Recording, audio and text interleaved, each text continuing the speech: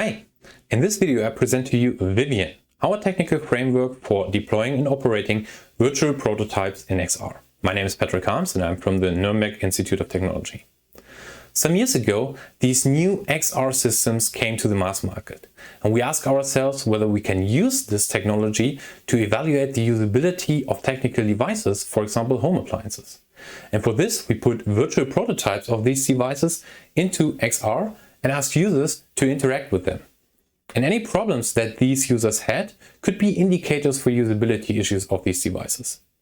What we found quite challenging was the creation of these virtual prototypes.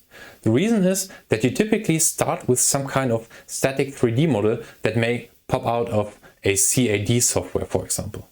But what you need in the end is some kind of interactive 3D model of the technical device, so something that reacts on user input. And even more, you need the interactive 3D model of the technical device to run in different XR setups. For example, directly on a PC, in mobile AR, in VR with a controller-based interaction, or in VR with a hand-based interaction in case you have some hand tracking available. And this is where the Vivian framework comes into play. Our framework supports a rather fast and efficient transition from static 3D models of technical devices to interactive 3D models of technical devices that can run in different runtime environments, meaning different XR setups. How does the Vivian framework work? The Vivian framework consists of a core component. This core component is fed with a static 3D model of the technical device. In addition, users of the framework need to specify which elements of this static model are interactive, basically which element is, for example, a button. Furthermore, you have to specify which element can be used to visualize something, for example, which element is a light or which element is a screen. And finally, you specify what happens when, and for this we utilize state machines. State machines are made up of states, and these states define in which state a certain prototype can be in. For example, it is switched off or it's in some kind of ready state.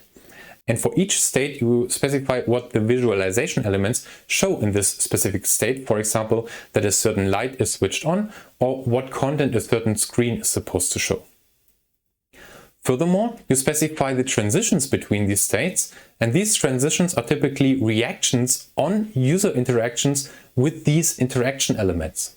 And when you have done all these specifications, then you can deploy and operate these virtual prototypes in different runtime environments which were prepared by the framework.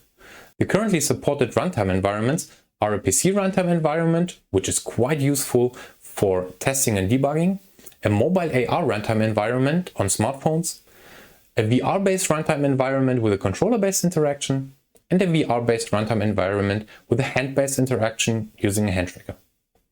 We are already working on further runtime environments, for example a runtime environment for the Microsoft HoloLens. Let's have a closer look at what can be configured as interaction and visualization elements. The available interaction elements are buttons, sliders, rotatables, touchables and movables. A button is everything that you can press. A slider is everything that can be moved on a straight line between two extreme points.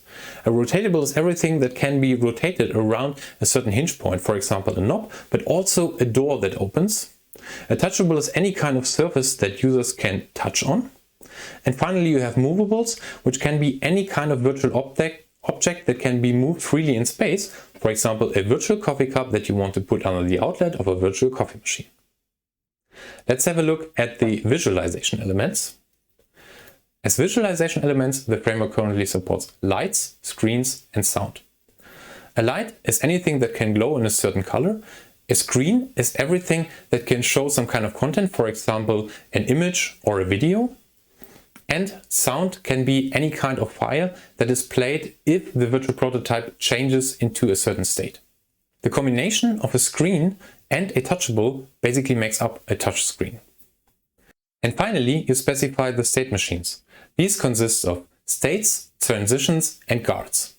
A state specifies which light is switched on in a certain situation or which content is shown on a certain screen. The transitions specify which state is reached in case the user interacts with some kind of interaction element. A further type of transition is a timeout transition. This allows you to specify that a certain state change occurs after a certain time elapsed. And finally, we have the guards. These guards are quite important to specify that from one source state you can reach different destination states, depending on some kind of condition. A typical condition that you want to specify here is that when you have a touch screen, that not every touch on the whole screen shall lead to the same destination state. Instead, it should be that a touch on the top left, for example, leads to another destination state than a touch on the bottom right. And for this, you can utilize guards to specify different regions on these touch surfaces to define different destination states for these regions. To evaluate whether our framework is capable of modeling typical technical devices, we performed a small evaluation study. In this study, we implemented 4 different virtual prototypes, one being a TV, a microwave oven, a toaster, and a car infotainment system.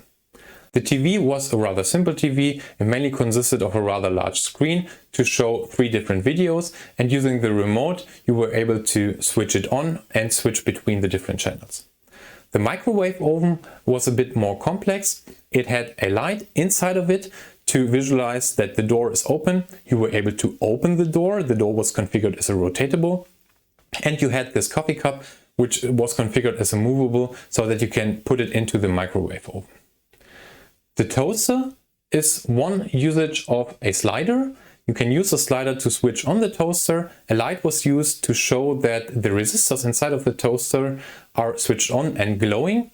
And we also had a rotatable that allowed us to set the duration after which the toaster was supposed to finish the toasting process. Here we also used our timeout transitions to specify these different timeout times. And finally, we had the car infotainment system. This was mainly set up of the radio functionality of the car, but it also allowed to set different settings of the car. Everything is set up using a touch screen, so there we made intensive use of our guards. What we found out is that basically we were able to configure all these prototypes. We were able to run these prototypes in all the different variants of XR that we wanted to support. So on a PC, which is shown on the top left with a TV, in mobile AR, which is shown on the bottom left with the microwave oven, in VR with the controller-based interaction, which is shown on the bottom right with the toaster, and in VR with the hand tracking based interaction, which is shown on the top right with the car infotainment system. All devices basically worked as expected. The only thing that we observed was that we had some smaller rendering issues. For example, that some of the videos on the TV were played upside down in some runtime environments. What we also found out is that we need to improve our framework in some aspects. For example, for the car infotainment system, we reached some kind of state space explosion. There were quite many states that we had to cover, and even more transitions between these states, because on a touch screen there were many regions that the users could interact with, and we configured all these regions, and this led to quite many states and transitions. What we also know we need to support our other interaction techniques, and there are even more improvements, but for this I want to refer you to the paper. What we already started working on is a configuration user interface. The reason is that currently all these specifications are done using text files, but in the future we don't want users of our framework to write text files. Instead, we want them to do all these specifications in some kind of what you see is what you get paradigm. And for this, we are currently creating a configuration user interface in which you can load the static 3D model of a virtual prototype. Then you can select different elements of these models. You can specify what type these elements are, for example, whether they are a button or a light. And then you can specify the different situations and states in which a virtual prototype can be, and which interaction actually leads from one state to another. And with this, I come to the conclusion. So what we implemented with the Vivian framework is a first step towards fast and efficient virtual prototype authoring. Our virtual prototypes can be run in different types of XR, and you can use as input basic and commonly used 3D models of virtual prototypes. You only need to extend them with one specification, and afterwards you can run them and interact with them in different types of XR. And with this, I want to thank you for watching the video. Have a nice day and see you at the conference. Bye bye!